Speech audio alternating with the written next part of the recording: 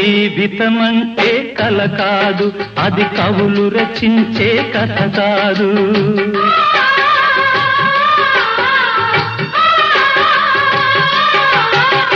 జీవితమంటే కల కాదు, అది కవులు రచించే కథ కాదు. కనుమరుగైనది సిరి కాదు, అది మనదని తలచుట సరికాదు. కుడి ఎడమైతే పొరపాటు లేదను నానుడి సత్యం కాదు.